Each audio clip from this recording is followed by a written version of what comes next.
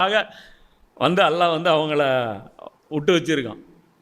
இது இருக்குது, இது டிஸ்டர்ப் ஆகிடக்கூடாது, இது எனக்கு பிரியமானவருடைய செப்பல், இது வந்து இதுக்கு ஸ்க்ராட்ச் வந்துடக்கூடாதுங்க, இந்த ஊரை விட்டு வச்சுருக்கேன், அந்த பகுதியை வந்து விட்டு வச்சுருக்கேன்ட்டு.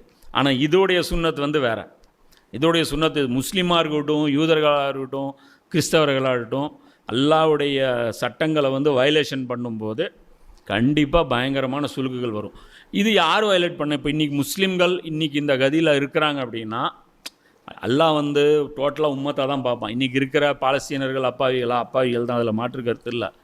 ஆனால் அல்லாஹ்வுடைய சுன்னத்து பொறுத்த வரைக்கும் வரலாற்றிலிருந்து லிங்க் பண்ணிட்டு வருவோம். அந்த வரலாற்றோட அந்த நீங்கள் வந்து ஓவராலாக நீங்கள் என்ன ரோல் ப்ளே பண்ணீங்கன்ட்டு.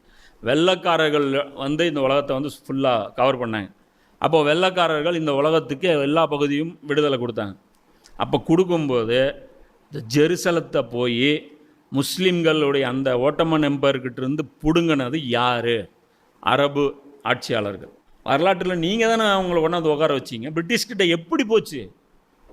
பால்ஃபோர் டிக்ளரேஷன்னா அவன் கையில் இருந்தது தான் அவன் வந்து தூக்கி கொடுத்தான். கைக்கு எப்படி போச்சு அதை சொல்லுங்கள்.